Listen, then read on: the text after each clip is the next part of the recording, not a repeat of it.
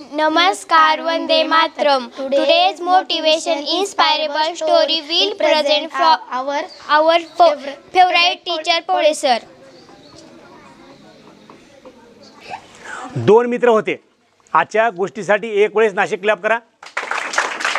Very good. बर आता ऐका. आता खरी गंमत काय सांगू तुम्हाला. दोन मित्र होते, लहानपणापासूनचे मित्र. तुम्हाला आता सांगितले का, तुम्ही आता जे करता तेच करत होते. टायरचा गाडा, गोट्या खेळायच्या, ती सळई असते का नाही, त्या चिखलामध्ये असं लांब मारा जायचं. 1 2 ज्यानं लांब जाईल, ज्याचं हुकल तिथून मला लंगडी घालत यायचं. गोट्या खेळायला गेल्या की कितीही लांबची गोटी अशी बोटानं उडवायची. ह्याच्या खिशामध्ये एवढ्या मोठ्या गोट्या चिखल्या राहायच्या. खळांग खळांग खळांग वाजायच्या गोट्या. त्यानं तर डब्यात ठेवलं होतं. त्यानं हारलं की ह्याला द्यायचं गोट्या. मजाच मजा होती. कधी कधी तर त्या चिंच झाडावर जायचं. आणि चिंचच्या झाडावर गेल्यावर चिंच जर काढता येईना झाली तर खालून त्यानं काय करायचं, लाकूड द्यायचं. हे घे म्हणायचं. मग त्यानं असं असं करून मारायचं. मग ती चिंचा खाली पडल्या यानं गोळा करायचं, खिशात ठेवायचं. हे काहीतरी काय केलं तर माहिती आहे का, ह्यांच्याकडे पिशवीच नव्हती. पिशवी नव्हती म्हणून काय केलं, मधलं बनेल काढलं, त्या बनेलच्या खालच्या ह्याला गाठी बांधलं आणि त्याची केली पिशवी आणि त्याच्यात टाकलं चिंचानं. गुपचूप घरला आलं. कुठल्या आला चिंचा, रस्त्यानं गाठ पडल्या होत्या. रस्त्यानं झाड होतं. मग हे कशी काय झाले, त्या रस्त्यावरल्या झाडावर पडले होते, झाडाखाली पडले आंबे. तिथं बसलो तर राखाय माणूस एक. राखाय बसलेला माणूस काय म्हणलं, इकडे इकडे आंबा का तोडलास तू. हां जे बापाला सांगू का मी. तर हे घाबरून काय म्हणलं, सडकावर पडले होते म्हणून घेतलं होतं. आणि सडक तर सरकारी असते की, मग आंबा पडल्यास बी आंबा सरकारी झाला की, म्हणून घेतलं मी. जावं का म्हणलं त्यानं. ही दोस्त लहानपणी खेळत खेळत इकडं इकडं बघत बघत बघत बघत काजल बंद करते, बघत बघत मोठे झाले. त्याच्यामधला एक इतका श्रीमंत झाला मुलांनो, आणि एक कणे इतका गरीब झाला. अरे रे रे रे रे. त्यानं गाडी घेऊन आला, कार घेऊन, भारी कार घेऊन आला दोस्ताला भेटायचे म्हणून. आल्याबरोबर त्याच्या दरवाजात कार थांबविली. कुठं थांबविली कार, हॉर्न वाजी लागलं. पॉ पॉ पॉ वाजलं हॉर्न. हा पॉ मारल्याबरोबर सगळेच्या सगळे आजूबाजूचे म्हणले कोण आलं कोण आलं. कोण वाकून बघले कोणाची गाडी आहे कोणाची गाडी आहे. हां त्याचा दोस्त आहे, ती लय जवळची दोस्त आहे, चला म्हणले. मग ह्यानं घरात गेला. घरात गेल्यानंतर मुलांनो अंतूर नावर झोपला होता. आता बसायचं कुठं. आता कारमध्ये आलेला माणूस म्हणजे त्याची गाडी कशी असते रे. कारमध्ये आलेला माणूस म्हणजे त्याची गाडी कशी असते रे.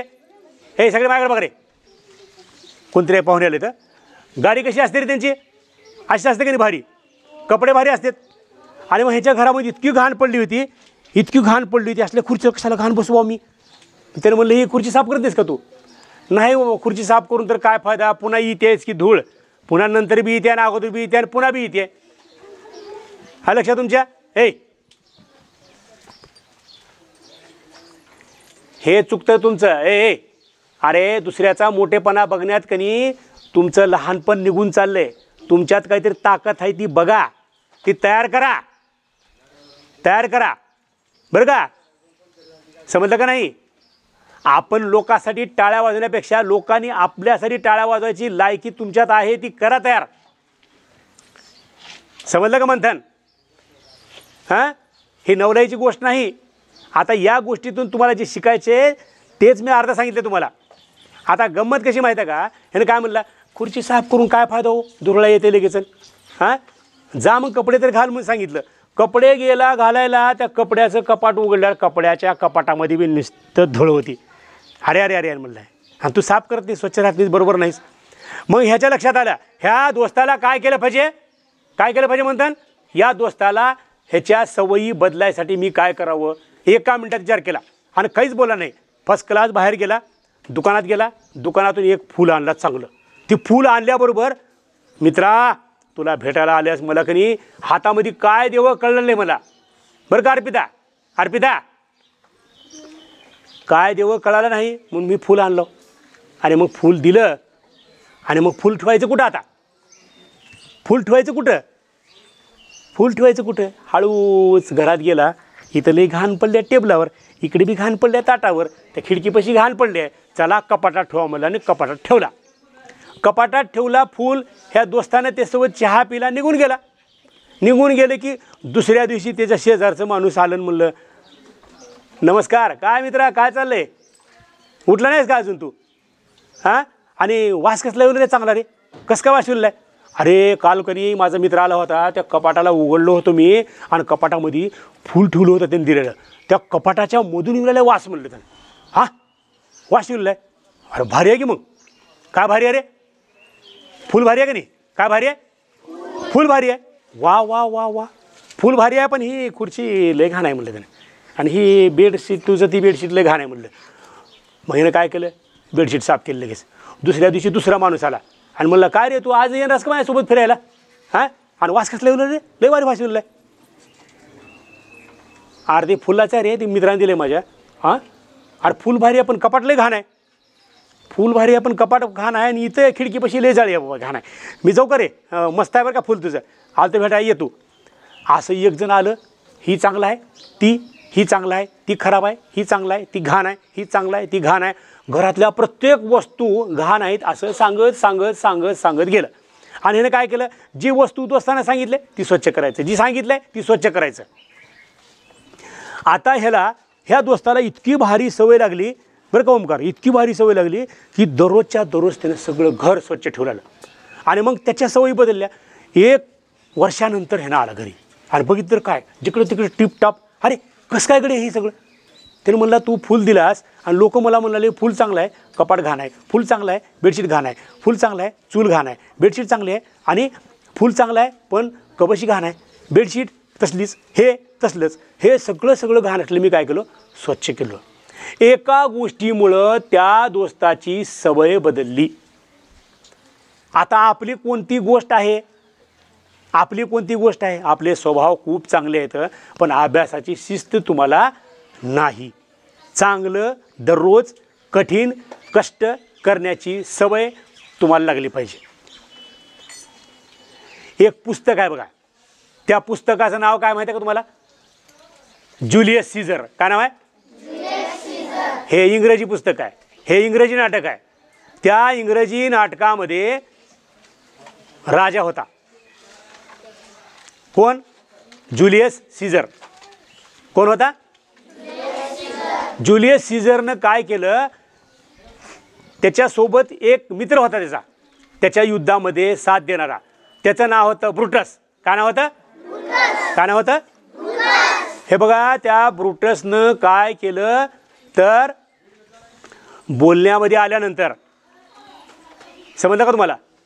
आणि बोलण्यामध्ये आला होता आणि ज्युलियस सीझरचाच खून केला बरं का, तलवारीनं मारलं त्याला तिथं, म्हणजे भोसकला असं. आता सगळेच्या सगळे लोक अगोदर जमलेले सगळे त्या ब्रुटसच्या बाजूने होते, की ब्रुटसनं केले ती बरोबर केलं, लोकशाही पाहिजे होती, आणि ज्युलियस सीझर काय करलं आहे, हुकुमशाही करायला म्हणलं होतं.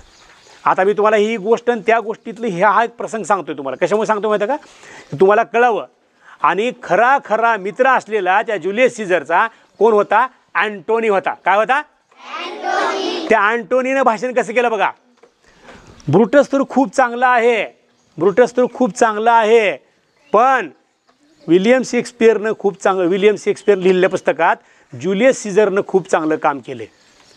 आणि ज्युलियस सीझरनं जग जिंकलं, युद्ध जिंकलं. असं बोलत पूर्ण गर्दी जी त्या ज्युलियस सीझरचा खून केलेल्या ब्रुटसच्या बाजूने होती, ती सगळी या बाजूनं आणली आणि सगळे लोक त्या ब्रुटसच्या विरुद्ध झाले. भाषण करताना एक वाक्य आणि लोकाची सहानुभूती आणि मनस्थिती बदलायसाठी काही शब्द असतात. आता तुम्हाला सुद्धा तुमचे आईवडील सवयी लावण्यासाठी, काही चांगल्या सवयी लावण्यासाठी प्रयत्न करतात का नाही? मग कोणकोणत्या सवयी असतात आपल्याला? खोटं बोलण्याच्या असतील, शिस्तीने राहायच्या असतील, दात घासण्याच्या असतील, तोंड धुण्याचे असतील, जेवताना हात धुवायचे असतील, कपडे नीट घालायचे असतील, बसताना नीट बसायचे असतील, किंवा 4 लोकात गेल्यास आपण काहीतरी बचकून बोलून ठेवता का नाही, एखादा शब्द बोलून ठेवतं, ते काय बोललं आपल्याला कळत नाही, ह्यानं बोललं म्हणून बोलतं आपण. म्हणून आपल्या सवयी कोणत्या पाहिजे माहिती आहे का? आपल्या सवयी कोणत्या पाहिजेत? आपले मित्र कसे पाहिजेत? आपले मित्र कसे पाहिजेत? आपल्या सवयी चांगल्या पाहिजे. आपल्या मित्रामुळं, आपल्या घरातल्या आईमुळं, आपल्या शिक्षकामुळं, या सगळ्या चांगल्या लोकांच्या संपर्कामुळं आपल्या सवयी बदलाव्यात. त्या मित्राने कसं बदललं बघा. फक्त एकच फूल नेऊन दिलं त्यानं, नेऊन दिलं का नाही? आणि त्यानं फूल कुठं ठेवलं होतं? कपाटात नेऊन ठेवलं होतं. त्या फुलानं काय केलं? आपला सुगंध द्यायला चालू केलं. आणि त्या सुगंधानं काय झालं? सगळं घर खुललं. आणि मग काय म्हणायला चालू केलं? अरे कपाट चांगलं आहे, फूल चांगलं आहे, कपडे घाण आहेत. मग तुलना होलली. अरे ही गोष्ट चांगली आहे, ही वाईट आहे, ही वाईट नको. मग आपल्यासुद्धा तसंच पाहिजे. चांगली गोष्ट माझ्याकडं, वाईट आहे का? आमच्याकडं नकोकडे. माझ्यातली वाईट सवय मी अगोदर काढून टाकणार. समजलं का नाही? हे दररोज जन म्हणतंय, आज मी काय वाईट केलो, रात्री झोपताना माझ्याकडून काय चुकलं आहे, उद्या होणार नाही. आज माझ्याकडून काय चांगलं झालं, उद्या ह्याच्यापेक्षा चांगलं होईल. असं एक दोनदा मी म्हणलं मौन पाळताना, संध्याकाळी झोपताना, सकाळी उठल्यानंतर तुम्हाला आपोआप चांगल्या सवयी लागतात. आणि मग आपल्या सवयीमुळं मित्र सवय लावतो चांगली, त्याला सवय लागते. आणि त्याच्यामुळं आपल्याला चांगल्या सवयी लागल्यामुळं आपल्याजवळ कुठल्याही वाईट सवयी येत नाहीत. आणि हळूहळू तुम्ही बघा, तुम्हाला जर जेवण करण्याच्या अगोदर रागराग केलं, जेवण जाते का तुम्हाला? जाते का? जाते का सांगा मला.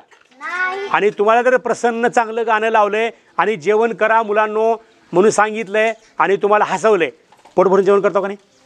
तसं आपल्याला जर वाईट सवयी नसतील तर आपण खूप लवकर प्रगती करतो. करायची का प्रगती? मग एक वेळेस क्लॅप.